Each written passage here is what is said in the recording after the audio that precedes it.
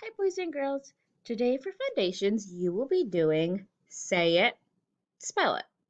And it's pretty simple, so I'm just going to show you quickly. So you're going to need a piece of paper and a pencil. You can also do crayons, marker. You can also type it if you want. It's completely up to you.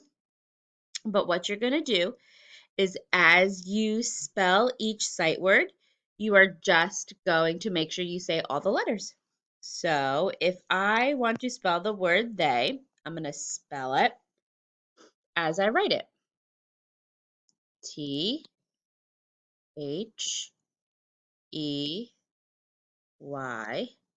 they. And then I'll do another one. O-N-E, one. S-A-I-D,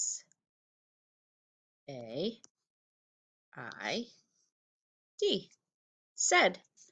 And then you're going to do that for all 5 sight words. And then that's it.